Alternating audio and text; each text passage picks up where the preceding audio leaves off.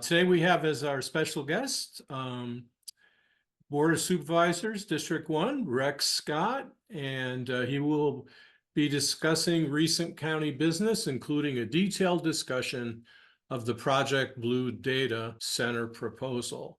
Thank you. Thank you very much. I'm going to be brief because I know that there's a lot of people who have a lot of questions about the decision that the board made on June 17th with regard to Project Blue. But first of all, just to give everybody an overview of the Board of Supervisors, because I was first elected to the board in 2020 and then was reelected in 2024. And something that my staff and I have definitely learned is that it's incorrect to assume that everybody knows everything that the Board of Supervisors do. So first of all, there are 5 of us, and we redraw the lines for supervisor boundaries after every census. We're required to do so under federal law. And that's because our districts need to be equal in population. They don't need to be equal in terms of number of registered voters, but they do need to be equal in population. So we draw the lines after every census. District 2 and District 5 are also required to be majority minority districts. And that's something that I am wondering, I'm hoping will stay in place. But now that the Supreme Court is examining Section 2 of the Voting Rights Act and what that means for majority minority congressional districts, potentially, I'm hoping that that doesn't have an effect on our 2 majority minority districts in Pima County, District 2 and District 5. So each district has a little over 200,000 residents because Pima County has right around 1.1 million residents.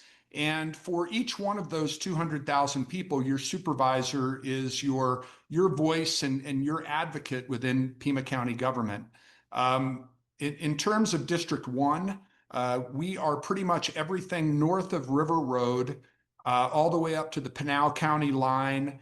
The western boundary is Dove Mountain Boulevard. The eastern boundary is the Catalina Highway. And those are rough boundaries, more or less. We have mostly unincorporated Pima County in District 1. Other than that, we have all of Oro Valley. We have 2 precincts in the town of Marana and 4 precincts in the city of Tucson, but most of District 1 is unincorporated Pima County. That's why most of the phone calls that we get in our office have to do with roads and streets, because the county is responsible for over 2,200 miles of roadway, but only in unincorporated portions of the county. The roads within the cities and towns are their responsibility. And then we also have some state highways that run through the county, like Oracle Road is actually State Highway 77. The board is a policy-making board. It's analogous to what school boards do. We are not in charge. We do not oversee the day-to-day administration of Pima County government. We set policy that is then implemented by the county administrator and the close to 7,000 people who work for Pima County. We only hire 2 people, the county administrator and the clerk of the board. Other than that, every other county employee is hired either by the county administrator, the deputy county administrators, or the department directors. I really enjoy being part of a policy-making board because I equate policy-making with problem solving. Any problem that the people of Pima County or the staff of Pima County are dealing with inevitably is going to come before the Board of Supervisors.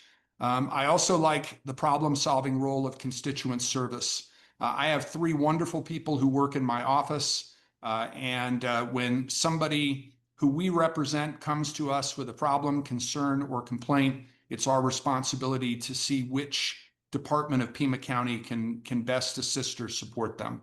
I'd encourage all of you to go on the Pima County website sometime. It's really easy to remember. It's just pima.gov, G-O-V, and acquaint yourself with all of the different operations of the various departments. As I said, there's close to 7,000 people who work for Pima County in a whole variety of departments that are responsible for delivering services and supports to all the people that we represent. In terms of Project Blue, and I'm just going to give you a quick overview, and then I really want to spend the rest of the time responding to your questions and concerns, because when Mike invited me, he said that was the main reason for the invitation. So back on June 17th, the board was asked to make two decisions. The first one was whether or not to sell 293 acres of county land to the developer for this project. This land is adjacent to the fairgrounds, and it is on what is known as the Southeast Employment and Logistics Center. That is an area that has long been set aside by Pima County for economic development purposes. The other decision that we were asked to make was whether or not to rezone the land to allow for the activities that were planned for that area. There has been a lot of discussion about non-disclosure agreements and when those came into play. It's interesting to point out that for both the city and the county, and there were non-disclosure agreements related to Project Blue in the city as early as 2022, and in the county as early as 2023, that those non-disclosure agreements do not come under the current iteration, do not come to the Board of Supervisors or the City Council for review.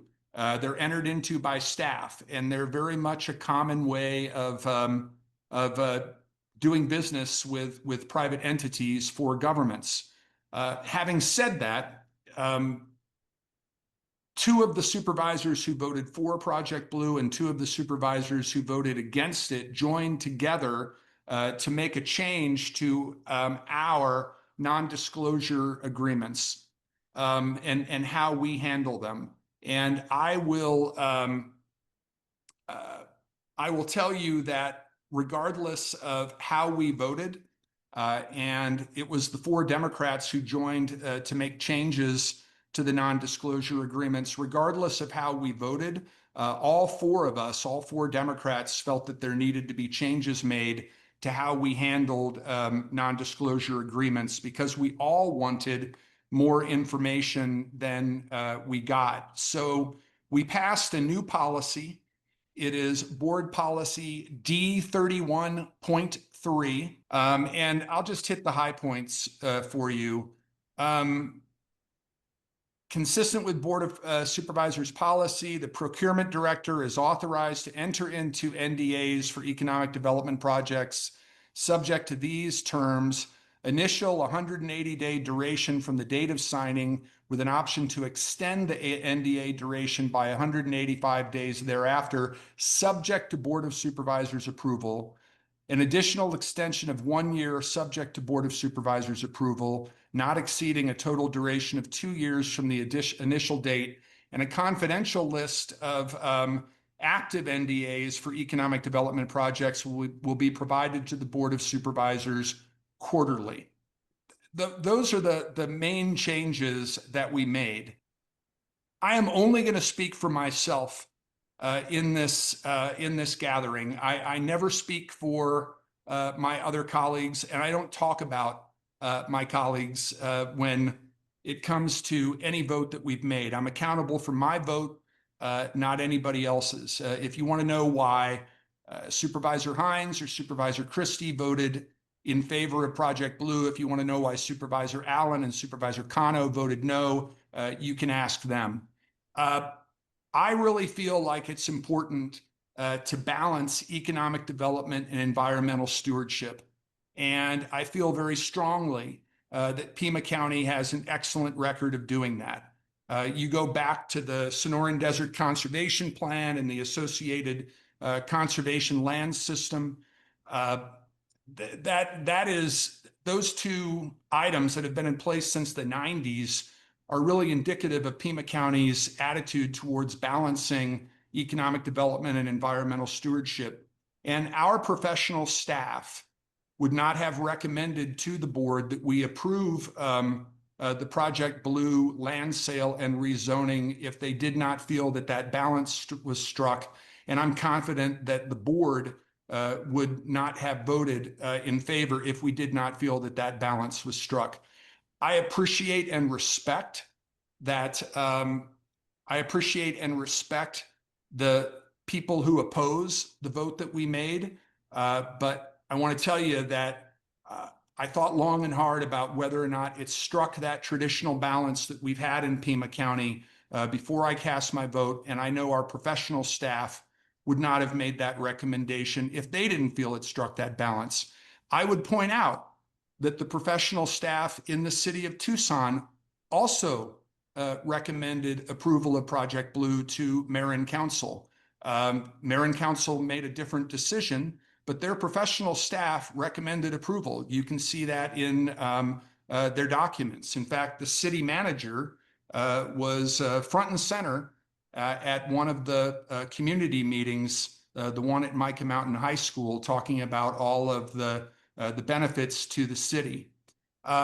As far as the initial project goes, I supported it not only for the economic development, I supported it not only for the economic development reasons that I will get to in a minute, but the initial proposal also would have required the developer to pay $100 million in infrastructure that is part of Tucson Water's long-term infrastructure plans. An 18-mile reclaimed water pipeline and a 30-acre recharge facility that if you go on the Tucson Water website and look at their One Water 2100 plan, you will see that those two infrastructure plans are part of Tucson Water's long-term project list. It's going to be very rare to have a developer offer to pay $100 million in infrastructure. However, the mayor and council made the decision that they did, and so the project shifted from a very water-intensive system to a closed loop system that makes less use of water for cooling. And what that will require is that although there's not going to be any increased power use, there's still the 286 megawatts that are noted in the energy supply agreement that the developer was proposed to submit to the Arizona Corporation Commission. But they are going to have to use more of that power for cooling and less for computing. It's also important to point out that this is not an AI data center. It is a data center that will support cloud-based computing. So that's how we got to where we are now. But the economic benefits of the project were noted from the very beginning when the board made its decision. A $3.6 billion total capital investment, which is the biggest capital investment in the history of Pima County. $150 million in total tax revenues over 10 years, including over $58.5 million of that goes to Pima County. 3,000 construction jobs extending for a multi-year period. And I have it on good authority, reliable authority, that local skilled union and trade labor unions are going to be making up that workforce. And you will see that play out as the project closes on the land deal and gets ready to go. 180 on-site jobs by 2029 with an average annual salary of $64,000. And These figures include full-time contractors and support personnel. And 180 jobs at the data center might not seem like a lot until you consider the fact that only 1% of employers in Pima County employ that many or more employees. I'm also very heartened that although the developer is no longer going to be paying $100 million for Tucson water infrastructure, they are in negotiations with the county administrator and her team with regard to additional community investments. And what the county administrator said is that particular attention will be given to any potential impacts and opportunities for mitigation through additional developer-funded community investments in areas like workforce training, broadband infrastructure, neighborhood revitalization, water and clean energy infrastructure. And I'm looking forward to hearing what results from those negotiations between our administrative team and the Project Blue team. One last thing I'll say before I open it up for all of your questions is that there have been some imputations made that the board got poor legal advice on this project. I don't believe that to be the case. The land sale agreement, which is a contract, was negotiated by not only representatives of the developer, but contract attorneys within the Pima County Attorney's Office who are very familiar with this type of land sale agreement. And the board has been briefed not only in public, but in executive session with regard to how the county attorney's office negotiated this land sale agreement. There have been imputations made that we got poor legal advice from the county attorney's team. I don't believe that to be the case based on how the board has been briefed. I also will say this. There were 7 weeks that passed in between the board's action and the action by mayor and council. And that's because mayor and council do not meet in the month of July. So we made our decision on June 17th. Mayor and council made their decision on August 6th. I will tell you on June 17th that there was only one member of city council who had publicly said that they were opposed to this project, and that was Council Member Dahl. All 6 of the other members of mayor and council were at that point undecided. And based on the fact that their staff had been very much involved in discussions with the developer, as I said before, long-term Tucson water infrastructure projects were going to be paid for by the developer. Based on conversations I had with the mayor and some of the council members, I knew they had not made up their mind. What I'm saying is when we voted on June 17th, nobody was thinking that there was the prospect of a unanimous vote against the project coming from mayor and council. I'm not being critical of their decision. They did it based on their analysis of the facts. But in the 7 weeks between their vote and our vote, they had 2 community meetings that I think had a significant impact on the decision that they made. That is a lot. I will take all the time that we have left to respond to questions. Mike and Joe, I'm not sure who's moderating this. Yeah, Joe, well, we Joe tag moderates, team. but I do the chat. Yeah.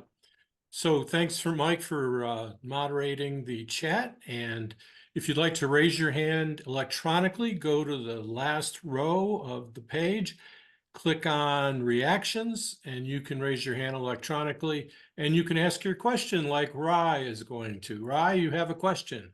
I do. First, thanks everybody for taking time out and being here. It's great. I have some concerns based on where I live, what I do professionally, and some of what's happening right now. for context, I write cybersecurity curricula and education for Pima Community College. I get to meet young adults who are learning things, but there's two things that happen to be true. In Pima County, we have a literacy problem. And Mr. Scott, we talked about this at a Board of Supervisors meeting. 120,000 adults don't have basic literacy skills in this county. The students that I happen to see come to my class face this same dilemma. So if you're gonna, and third part of this is Tucson has 9 data centers, but there is not the economic opportunity provided by those data centers here.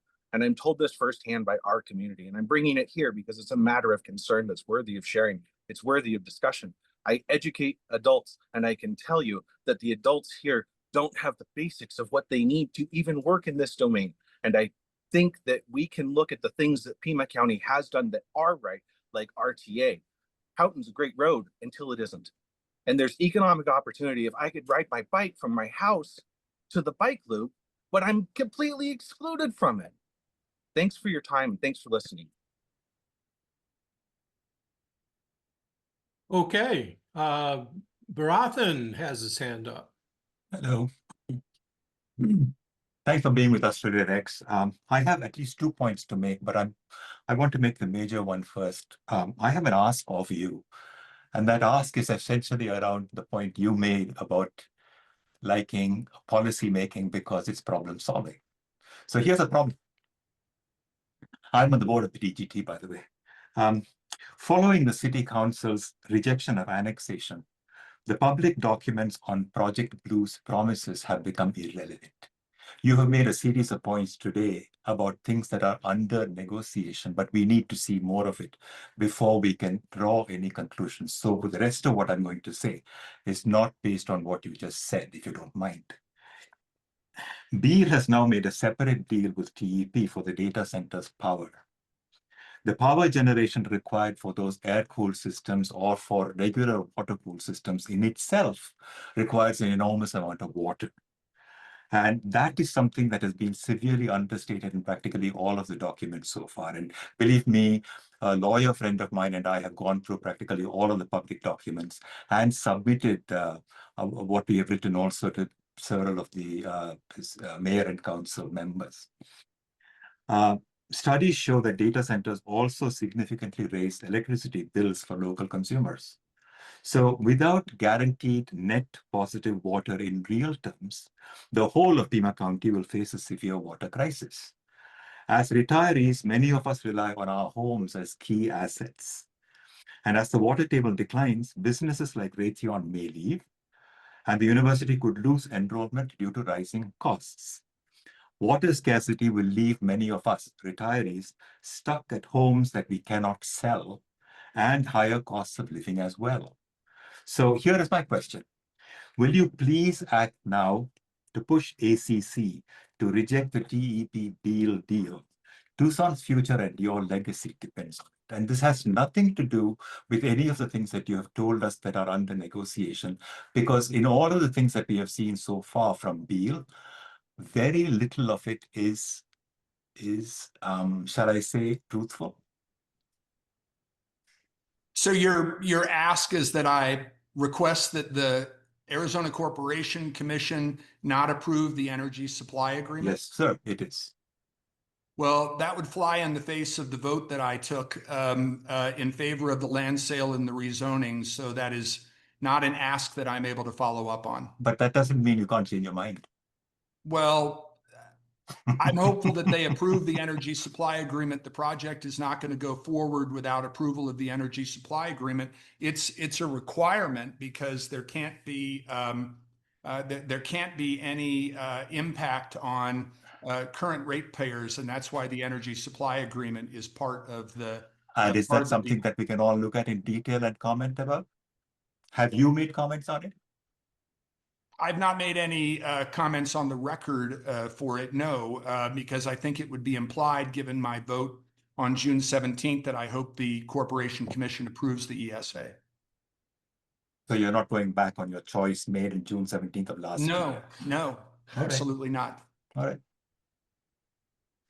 Okay, Lee has his hand up. Lee, do you have a question? Hi, yeah, I do. It's actually kind of around this energy service agreement with TEP. My reading of it is there is no protections in that energy service agreement at all that our rates will not go up. So I'm curious if you're hearing something from TEP that is different than that, because everything that is in all the county documents on Project Blue specifically states that there will be new renewable energy and battery storage available for this project. And any new energy being added to the grid, we have to pay for through our bills. And that's exactly what's in the rate hike that they just filed in June. And I have now twice tried to ask TEP directly about this, and all they have done is kind of deflect, saying like, oh, all the energy just goes into the grid. So we can't specifically say what project gets what energy. So I'm very concerned that the current rate hike is connected to this, and there will be future rate hikes. The only promises Beal kind of made at those propaganda sessions were around transmission lines and substations, nothing about this new energy generation. And all of my reading of the energy service agreement, there's even no protections actually written in that agreement that Beal would be paying for the substations and the transmission. So I'm very curious what you have heard from TEP. Have they given you any specific evidence that we're not paying for this besides, just calling you up and saying, oh, so far this has all been coincidental? Because that's all they've been able to provide the public. And what we've seen everywhere else, all they've said is like when you add a big new user, that helps out everybody else. And that's clearly not what we've seen in Phoenix, where people are paying more APS for data centers, and all over the country, Virginia, the Northeast. So far, every other data center has proven that wrong, that adding a huge user does not help anybody's bills. It raises them. Okay. So Lee, I appreciate your comments. I also appreciate that you've come and spoken to the Board of Supervisors a couple of times since our decision. The energy supply agreement for 286 megawatts notes that no new generation is required for the project. That's separate from the residential rate increase that TEP has before the Arizona Corporation Commission, which, as I understand it, is based on their desire to recoup costs for grid and other infrastructure changes that they've made. So we're talking about two different things. The energy supply agreement for Project Blue and the residential rate increase. Those are two separate matters. And the board has, I'm sorry, not the board, the county as a whole has joined as an intervener with regard to the residential rate increase. So the information on the county website, when it said that there's going to be new energy and storage for Project Blue, was incorrect. There's not new storage? Because somehow we have to pay for it if it's new. No, what the board was informed is that the energy supply agreement related to the 286 megawatts of energy for the project's initial phase, including that no new generation is required for this phase, and controls for full cost service, capacity limits, termination fees, and minimum payments. I am quoting from the September 17th memorandum to the board from the county administrator. And so I'm just saying what the county website said specifically around Project Blue is that there would be new, like the word new was on there, storage and energy. So there's a conflict there with what you presented. And well, it's not what I presented. The county presented. I'm telling you what the county presented. It was on the county website. And so if this is, say, existing generation, that means we're paying for it in TEP's last rate hike. So I think there's still a big disconnect that we're not paying for this generation somehow, because we pay for every bit of generation that TEP adds to the grid. Okay, how about we go to the chat room, Mike? A lot of activity. Okay, yeah, there certainly is. The first question out of the gate, which I'll take first, was if the area was set aside for industrial development, why was rezoning a requirement? And I imagine you can answer that pretty easily. Yeah, it's specific to the type of activity that's going to take place there. Yes, the Southeast Employment and Logistics Center is land that the board has many years ago set aside for economic development purposes. But this particular project, a rezoning was required. Okay. Okay. So you don't know the particular details as to what uses they would be contemplating under the development agreement that did not comport with the prior zoning? Yeah, it was because of what was being proposed there, the data center operations, a rezoning was required. Okay. Let's see, D1 Veterans Against Project Blue wrote something that I won't read the entirety. You can read it in the chat, but it boils down to, this AI data center has mobilized thousands of Tucsonans across all political and cultural spectrums. And this deserves or almost demands that our local lawmakers reconsider with humility their vote on Project Blue. I guess the question I would ask from that is, why are you not reconsidering, given the huge outcry that there's been against this data center project? First of all, it's not an AI data center. As I said during my introduction, it is a data center that will be used for cloud-based computing. That has been stated many times, including at the beginning of this gathering.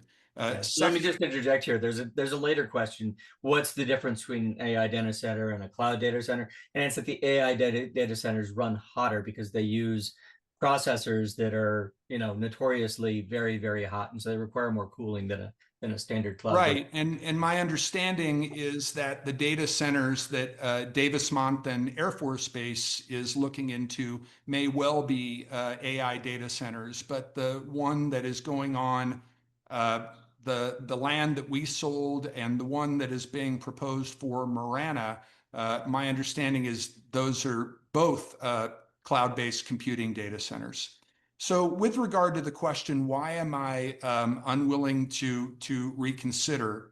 I really feel that as I said at the beginning of the meeting, that the project strikes a good balance between economic development and environmental stewardship. And I also think that the county has a good record of not only striking that balance, but also making sure that that balance is honored by the people who we sell land to and allow to do business in the county. The other thing is, this has been, as long as I've lived here, a low-wage, high-poverty county. And when you talk about the biggest capital investment in our history, close to $58.5 million in additional revenue that we can use for providing services and supports to the people of Pima County. When you're talking about 180 full-time jobs and 3,000 construction jobs, as well as the ripple effect that a project like this can have in the local economy, I respect the fact that there's been a lot of opposition and well-organized opposition to the decision that the board made, but I feel that we made it with the best interests of the constituents that we represent in mind. There's a couple questions in the chat that would kind of naturally follow up on that. And the first, I guess, is regarding the balance of development and stewardship. One of the questions was, has there been any kind of formal review of the environmental impact of this development, or is it just the review that was done by the staff based on the information they were presented? Has there been any kind of more independent or formal review process on the environmental impact? Well, that's something that is going to play out as the project goes online. There will be environmental regulations that and laws that are in place, not just by the county, but also by the state of Arizona. I will point out that the Board of Supervisors, again, by the same 4-0 vote that we took to overhaul our NDA policies, also put in place Board Policy 31.4, that calls for enhanced due diligence processes for Pima County economic development projects. And that's another, I think, important, an important realization that the board majority had. Again, two of the people who voted for Project Blue, two of the people who voted against it in terms of how we wanted to overhaul our policies with regard to environmental reviews of future economic development projects. And I know that the city is looking at what we did with our NDA overhaul and what we did with our environmental review overhaul. We're also looking at a code text amendment. Our development services department is looking at a code text amendment with regard to future data center and large water user projects. And that process is currently underway, being overseen not just by the development services department, but also by the Pima County Attorney's Office. Great. And on the tax front, you threw out a couple figures as to what we can expect in terms of taxes, but the state recently passed an exclusion of equipment in these data centers from local taxes. And so do you want to comment on that at all? How much revenue we're giving up due to that decision? By Yeah, the state? that state exemption was actually put into law quite a few years ago. And during the approval of the county's legislative program, we asked that it be repealed. And our lobbyist, who has been the county's lobbyist since 1993, says that tax credit for data center equipment is probably not needed anymore. Arizona is getting a lot of attention for data center development because of our climate, our lack of natural disasters, and some other factors. So that tax credit that was put in place by the Arizona legislature is really not needed anymore per our lobbyist. But it is still the case that even with that existing state tax credit, that there's going to be $152 million in total tax revenues over 10 years, including over 58.5 million of that that is going to Pima County. We'll also tell you that there are absolutely no local tax incentives that have been put in place on this project, which is not what you often hear with regard to data center development in other parts of the country. Okay. Mike, you want to continue? Yeah, let's go. There's a couple of hands up. Let's go ahead and Yep. those, Okay. hands up. Vivek, what's your question? Hey, first of all, thanks to DGT for setting this up, and thanks Supervisor Scott for being here. I'm going to try to keep this brief because I know the Data Center Coalition is going to have a chance from DGT to speak more at length on December 8th, so I appreciate that. I think like kind of hearing you make that distinction between AI data centers and cloud-based data centers is kind of indicative to me of like just how misinformed the people who are informing you are, right? Because it's really just like every square is a rectangle and not every rectangle is a square. Every AI data center is very much a cloud computing data center, and the inverse is not true, right? So when you say that this is not an AI data center, it is a cloud-based computing data center, that is just you're just being misinformed by somebody. And I think like I think early on you acknowledged, right, like in after the vote was taken, that you wished you'd had more information going in. I guess like what I really would like to hear from you is like more of a narrative of what happened during those 7 weeks, right? I think you alluded a little bit to turnout, but like how are you engaging with that new information that we came out and provided to City Council, right? Because as you said, City Council, there was no indication that City Council was going to vote against it. And I appreciate that maybe the city initiated this thing. Like our list is long, don't worry. But I really want to hear more about like what you think happened during those 7 weeks, and and the information and how you've engaged with that new information that we relied on our community to support, because I still haven't heard much of that.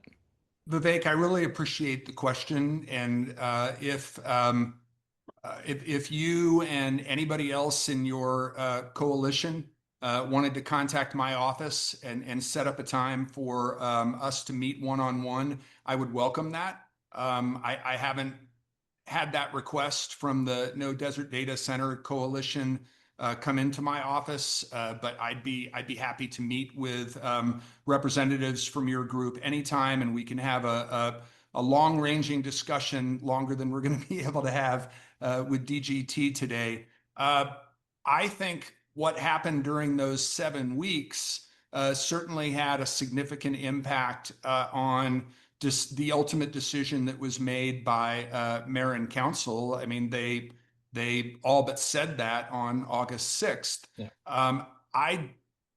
And with regard to what I said about how all of us wish we had more information than we did, we absolutely felt that way. That was why we went back and overhauled how we handle non-disclosure agreements. Having said that, all 5 of us felt that we had enough information to make a decision. And 3 of us voted to approve the land sale and the rezoning, and 2 of us opposed it. Even one of the people who opposed it said that he thought that the issues with regard to water use had been adequately addressed to his satisfaction. So I certainly heard a lot of things in the 7 weeks between our vote and their vote that was new information. And part of that was because there were negotiations going on between the city and the developer with regard to their agreement. Those negotiations were happening during those 7 weeks. So there was some new information that came to light during that time. But if you're asking me, was there anything in those 7 weeks that caused me to reconsider the decision that I made on June 17th? No, there was not. Right. We have a question in the chat that is tangential to this and certainly relevant. Maria Parsons, one of our board members, asks, within the past week, documents leaked to The Guardian, which I think I sent you this article yesterday. You did. Revealed that Amazon had strategized to lie to the public about the amount of water their data centers consume to the tune of billions of gallons of water. While the board did not have this document at the time of making their decision publicly, I've seen very little shock about this deception from a notoriously profit-centered company. How do you respond to the frustration that our elected officials are trusting the word of a big business over the provably justifiable fear of constituents whose community and environment are at stake?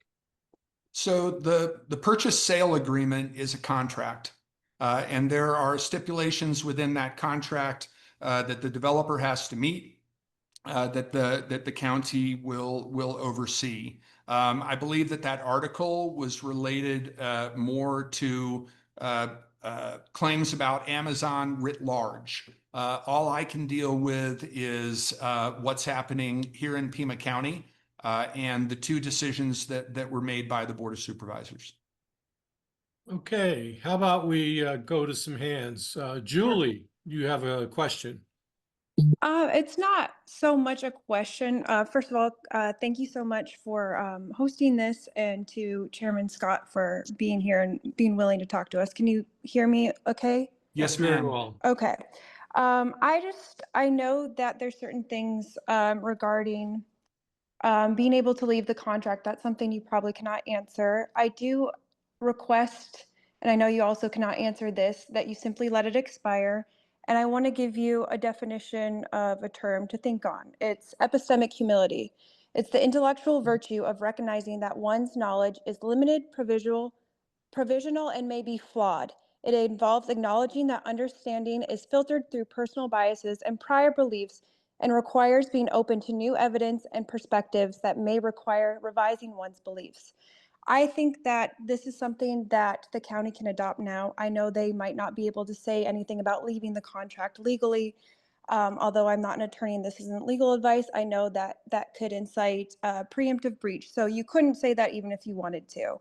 But moving forward, I would like the county and you, Chairman Scott, to really think about getting in outside expertise and counsel when we're working on negotiating deals that involve the likes of attorneys from gigantic firms and lobbyists, especially with those of Atkin Gump, who is also on the purchase and sale agreement.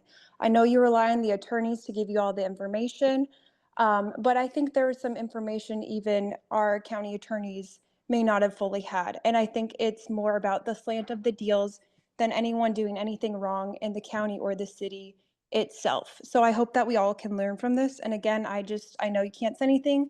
I just hope that we can let this deal expire. Thank you. Julie, thank you. And thank you for coming to the Board of Supervisors meetings on a couple of occasions. And I know you've had some written communications to the board as well. There are some things that I can't comment on because they were discussed in executive sessions with the board and the Pima County Attorney's Office. What I can say is that I feel that County Attorney Conover and her team represented the county well in the negotiations with the developer before this purchase sale agreement was presented to the board. And to answer one of your chat questions, yes, I have read the purchase sale agreement, and I also think that they have given the board sound advice in terms of our options before and after our June 17th vote. Thank you. Thank you, Okay, Julie.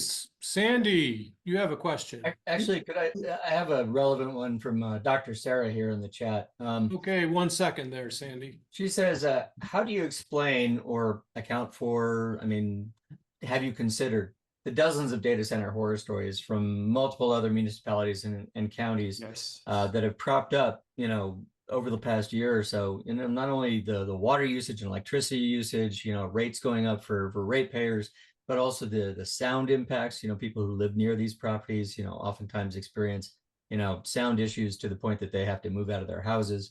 Do you look at these and these stories from elsewhere in the country that's experienced this kind of development and say, well, maybe I need to reconsider based on that?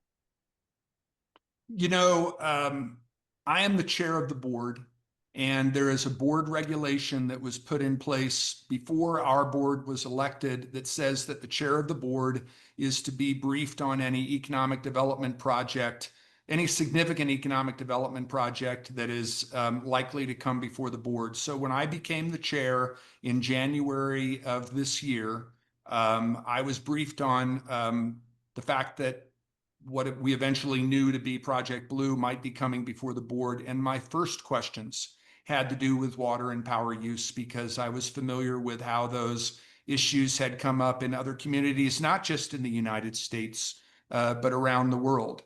I really felt that those water and power questions that the board was going to have, that our community was going to have, were anticipated well with regard to what was presented to us. I felt that about the original proposal, and I feel that about the proposal as it was retooled after the city made its decision to not annex the property. Okay, Sandy, go ahead. Hi, Rex. Hey, Sandy. On the upfront review of other communities, and this is regards water, did those reviews present, I guess they did present enough evidence that both water use and rate making on those, the individuals in those communities were not going to be a problem in a national review? And part two on water, if this is now proposed as a closed loop system, why wasn't that number one choice as opposed to running lines all the way down there? And that's where I am. So a few things, Sandy. First of all,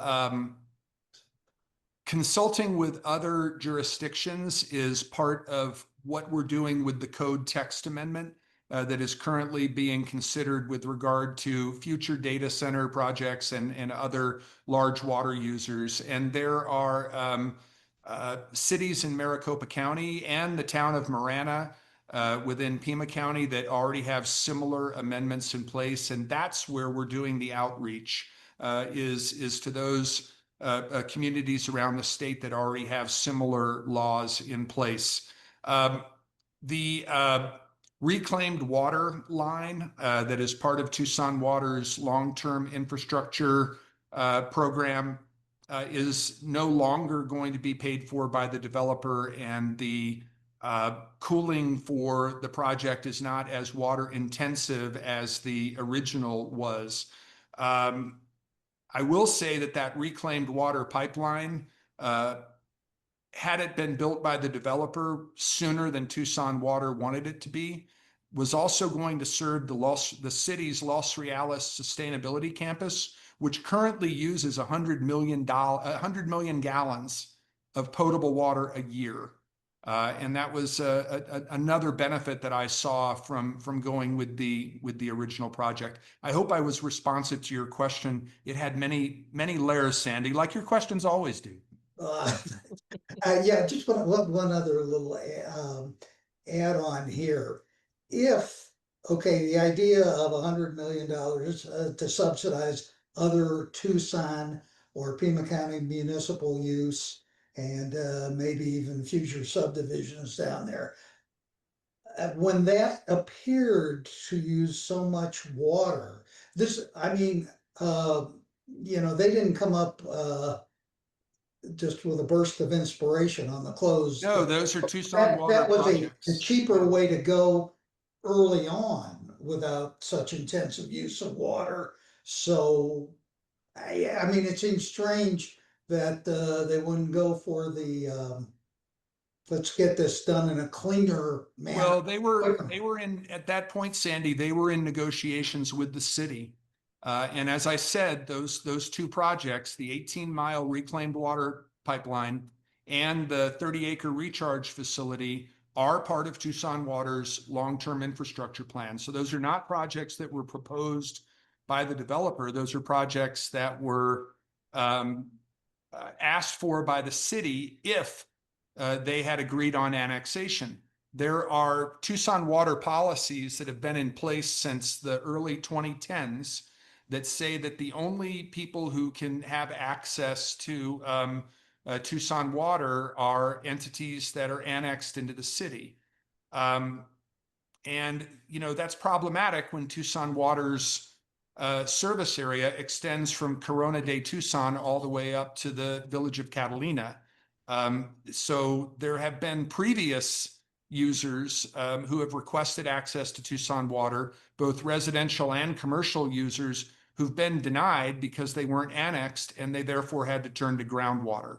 That's a big reason why when we opposed Tucson Water's differential water rates policy, that we included in our resolution opposing that policy a call on them to change their service area policies so that there's less impact on our groundwater from people who are denied access to Tucson Water. Thank you, Rex. Okay, then we've got a hand up for Bridget. Oh, Lynn Price was first in the queue. Well, my question has to do with electronic waste. I haven't heard that addressed by you, but the problem that the servers and GPUs need to be replaced about every 2 to 5 years. It's a much bigger problem than just the electronics that we throw away with our cell phone cords and so forth. It's a huge mounting problem, and I haven't heard it being addressed, but as you mentioned, your Board of Supervisors policy 31.4 for the due diligence of that recycling concern and the environmental effects. How will you be monitoring this and, future data centers? So it's a great question, Lynn. And something that's important to point out is that in Arizona, counties are subdivisions of the state. And we can only have laws and regulations in place that are in line with our charge, either under statute or from the legislature. So some of the regulations that a company, regardless of whether it's this data center or any other company, have to meet may be overseen by our Department of Environmental Quality, or they may be overseen by the state's Department of Environmental Quality. I'm not entirely sure with regard to the issue that you raised, whether that would be an area of oversight for our local department or the state department. Okay, Bridget, go ahead. Hi, Bridget. Hi, Rex. How are you? Nice to see Good. you, and thank you so much for coming. Can you share with all of us a bit about the future revenue projections for Pima County? We all know that state revenues and federal revenues are declining and going away, and obviously you all are having to deal with that.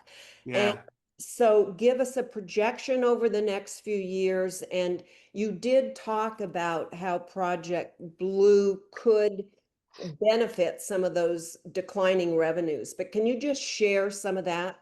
Yeah, thank you. Like all local governments in Arizona, we do receive state shared revenues for our annual operations. It's not as significant a portion of our budget as it is for cities and towns, but it is sizable, especially with regard to transportation funding, because our share of the Highway User Revenue Fund is an important source of how we fund the operations of our transportation department and the repair and maintenance of our roads. You know, one of the reasons that I am a big supporter of RTA Next, and I was pleased that the entire RTA board voted to move it to the ballot, is because that local revenue, there is no state or federal revenue that can replace it. The only state and federal revenue that's going to be coming into our region for transportation is going to be for maintenance. So that's just a quick plug for RTA Next, but because it was aligned with your question, we get different estimates every year with regard to our share of state shared revenue. It's always dependent on their collection of revenue and also the decisions that the legislature makes with regard to the state budget. But I'll just repeat that Project Blue in and of itself will generate $152 million in total tax revenues over 10 years, including over $58.5 million that goes to Pima County. $93.5 million will go to the state of Arizona. But the other thing to point out in terms of benefits to the county taxpayer is that the sale of the land is going to net us right around $21 million. And that will go right into our budget and help with the provision of services and supports to the people of Pima County. Thank you. Thank you, Bridget. Okay, Lillian Fox. Okay, I have one comment and a couple of other things. Rex, when you're siding with Steve Christie on votes, you need to really rethink your positions. He's not exactly a stand-up good person as far as Democrats' normal positions.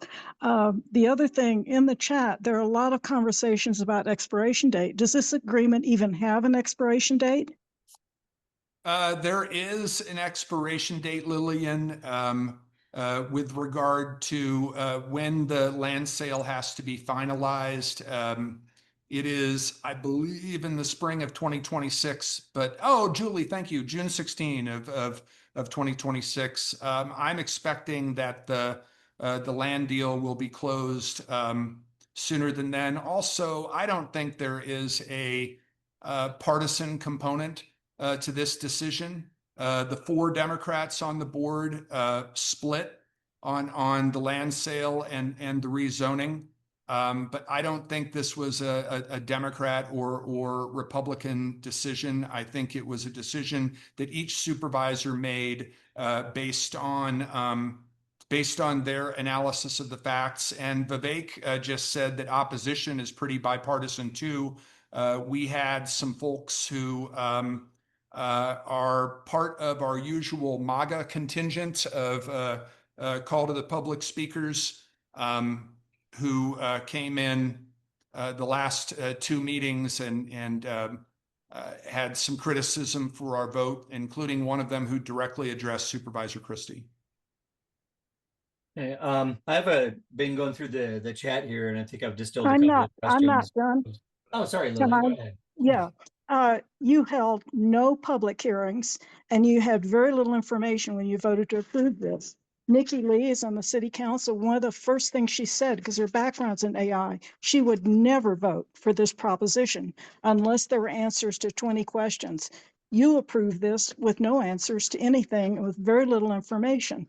I am shocked that, how do you justify not holding public hearings on something as important as this?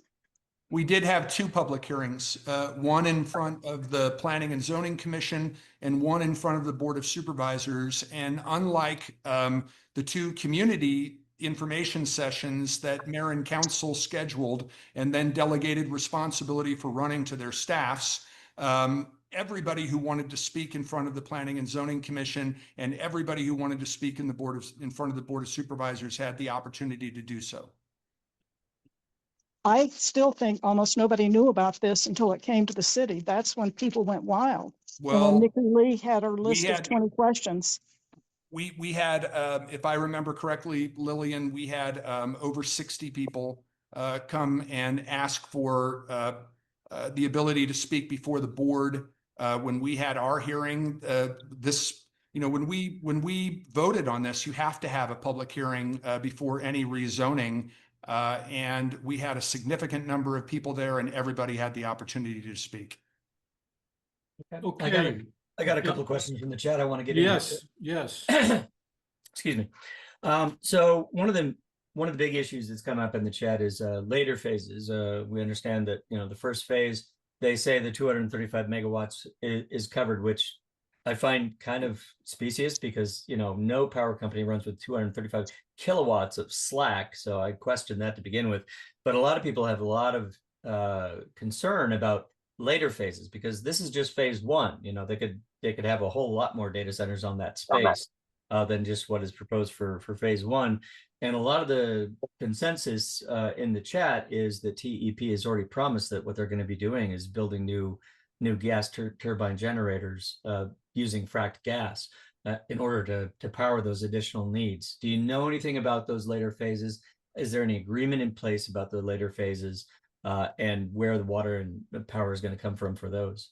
So TEP and the developer will be required to submit a new energy supply agreement to the Corporation Commission for the later phases. The current energy supply agreement deals only with phase one. I know that there is continued discussion as to the mix of energy that would be used for all three phases. There will be no additional generation needed for phase one. I think there's still going to have to be a lot of discussion about phases 2 and 3. It is correct that both TEP and Salt River Project are converting 2 of their coal-fired plants to natural gas. And you see a lot of utilities around the country that are making conversion from coal and natural gas as they make the move towards more use of renewables. But I think, it's not perfect natural gas compared to renewables, but it is a good shift from coal. And that is certainly not a shift that is unique to TEP or Salt River Project. You're seeing that around the country as they make that transition. And I guess another question that arose, continually and repeatedly is what would it take for you to reconsider your vote and to change your mind about this issue? What threshold are you looking for in order to, change your mind? Well, that's very hypothetical. It is. But you know, And people are asking, so I'm asking. yeah, I don't.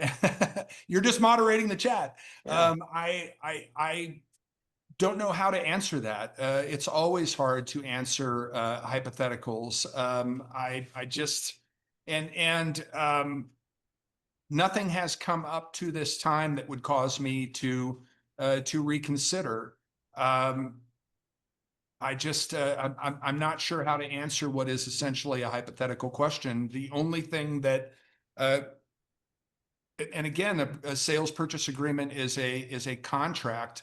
If the developer did not meet their obligations under the contract, then that would give the county the right to retain the land and not move forward. But so far, there's been no reason to say that that's going to be the case. Yeah, there's also a lot of skeptical voices in the chat in general, but specifically that the county may not have the resources it needs in order to hold AWS and the infrastructure company that's actually building it to account should they breach, because you know they have unlimited money, lots of lawyers, and so they're a little concerned that we wouldn't actually be able to hold them accountable if they did breach. Again, nobody has made any formal proposal for the board to get alternative legal representation. Again, everything that I have been advised and the other 4 board members have been advised by the county attorney's office. I feel that we were well represented in the negotiation of the sales purchase agreement by Ms. Conover and her team, and I feel that we have been well represented in terms of considering our options moving forward. They also are keeping us current. You will see on the board agenda for Tuesday a request by the county attorney to meet with the board in executive session to have further conversations about Project Blue. This item was not put on the agenda by any supervisor. It was put on the agenda by the executive session agenda by the county attorney and her team. And I feel that they are doing a good job of keeping us current with regard to all of the legal considerations that we need to keep in mind. I'd be happy to meet with anybody who wanted time in my office to talk about these issues, or didn't even have to be in the office. I'm happy to meet somewhere out in the district. To me, that's the best part of the job is talking with the people that I represent. And there's a lot of people on this in this meeting who I've known for many years, and I think they would tell you that I have never turned down an opportunity to have a conversation with people. Okay, well, it's 1:11, and we really appreciate a robust conversation. And happy to come back anytime, Joe. Oh, we'd love to have you. We'd love everybody to come back and engage. I saw one thing in the chat. This is what turns people off. It turns me on that we have conversations like we just did. So we should really, now is a great time to get involved in the Democratic Party. Let's do it. And to that point, Joe, I know that both Supervisor Hines and I have come in for some criticism within party circles for the vote that we cast. But I would hope that even if you disagree with Matt and I on our vote on the land sale and the rezoning, that you would consider the totality of our records as supervisors and as Democrats. Andrea, you get the last question of the day, so make it a doozy. Oh, hang on. Hi, Andrea. You're set. Hello, Rex. I don't know what kind of information you and the staff was getting, and I know you guys rely on staff, but I'm looking at this from sources that are not hired by the company to do an environmental survey. This is not only a bad idea for a desert, it's a bad idea for a lot of places in terms of water and electrical generating and accountability. And it comes down to these guys wanting to put it in are like the mines. They lie. We can't trust them. to do what they say they're going to do. And you guys, I know you go and you look and you get advice.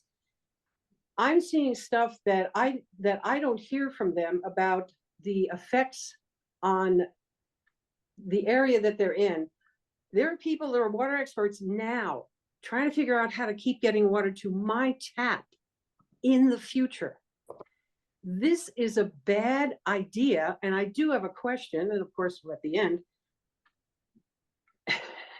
Aren't there people out there we can attract who are not takers and liars? Because in the end, whoever's wants to put this data center or AI center, they're interested in the dollar, period. They don't love this place. They don't want to be here. I know we have a plethora of business owners here who love Tucson, who love Pima County. They want to be here. Isn't there anybody I can't believe that I am the only person who came out here in 1974 to go to college and fell in love with the place. It's echoes something that Barnathon said in the comments. Who do we want to attract here? Why don't we figure out who we want to attract here and go after them? And my apologies. I know you guys go out and cultivate, these kinds of things. I know you do this. And what we get is Amazon wanting to build a data center. There must be somebody else out there. Rex, you can't trust them. And to conclude and to keep from getting on Joe's nerves, we still like you. We just think you are totally, totally wrong. I get it. I've heard that from a number of people who I like and respect. The bottom line. Well, if they can't change your mind, who can?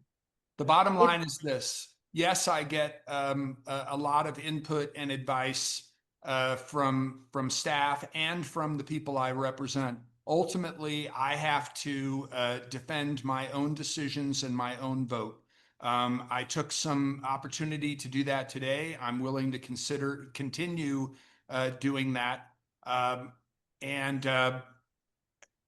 To go back to the question that Mike posed earlier with regard to the hypothetical, what would cause me to reconsider? I haven't had that yet, but with regard to this issue, but there's certainly been other times in the past as both an elected official and a school administrator where I've changed my mind about things, and I'm always willing to listen to new input. But no, with regard to the decision I made on June 17th, I stand by it. And I ask all of you to see how this plays out once the land sale is closed and once this project gets underway.